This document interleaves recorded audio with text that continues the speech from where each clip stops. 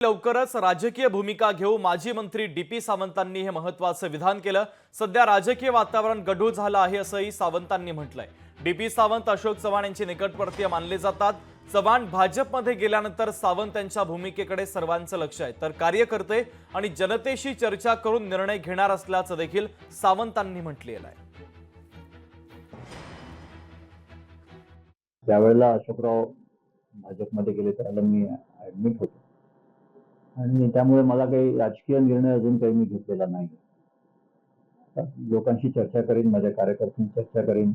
2-3 वेळा आमदारकी लढवलेली आहे, तसं 2दा मला यश आलेलं आहे।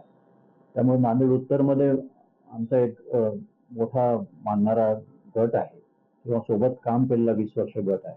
त्या सगळ्यांचे मी विचार घेऊन पुढील माझी राजकीय वाटचाल काय असेल हे नक्की निर्णय येत्या महिन्याभरात घेईन।